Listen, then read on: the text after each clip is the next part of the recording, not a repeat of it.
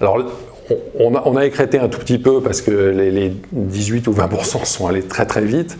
Cela étant, moi je garde le biais positif sur l'Europe. Encore une fois, la taille de ce qui a été engagé par M. Draghi, c'est très significatif. On achète plus de 2,5 fois les émissions nettes de bonds par an. Donc c'est très fort.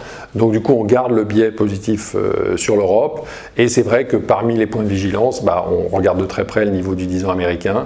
On sait bien que quand les taux remontent fort sur la partie longue de la courbe, généralement, c'est source de prise de bénéfices.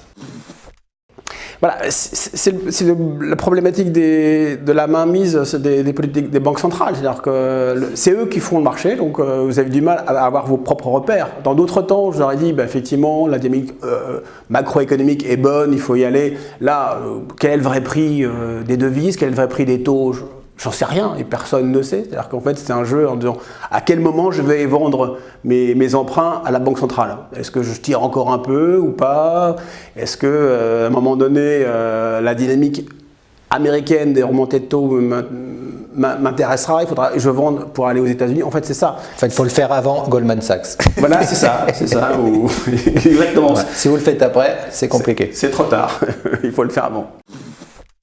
Je pense que d'une façon ou d'une autre, la réorientation des flux a déjà commencé. La hausse des marchés européens depuis le début de l'année est le reflet de cette réorientation des flux favorisée par le QI de la Banque Centrale Européenne et l'anticipation d'une reprise en Europe, in fine, aidée par la dépréciation de l'euro et la division par deux des prix du pétrole avec des taux zéro. Donc on a une réorientation des flux sur la planète en faveur des marchés européens et celui qui est le plus exportateur, c'est-à-dire l'Allemagne, qui en définitive est l'économie qui profite le plus de la dépréciation de l'euro. Donc imaginez tous les pays du Golfe qui touchent des recettes en dollars américains. Le dollar, c'est fort, certes, ils ont vendu moins de pétrole, mais ils ont eu des recettes en dollars américains et le pouvoir d'achat du dollar américain vis-à-vis de l'euro a fortement monté. Donc vous allez avoir une réorientation des flux de tous ces gros, si vous voulez, pays à fort patrimoine du Golfe qui va se réorienter sur une demande en bien équipement européen, en automobile, en produits chimiques, etc. européens. Donc c'est quand même un vrai plus pour l'Europe. Ceci étant, nonobstant, la performance des marchés américains, c'est vrai que depuis le début de l'année, elle est nettement plus faible que celle des marchés européens, mais si vous n'êtes pas couvert en dollars, vous avez une excellente performance. Et puis le marché boursier américain, depuis le début de l'année, il est très différencié.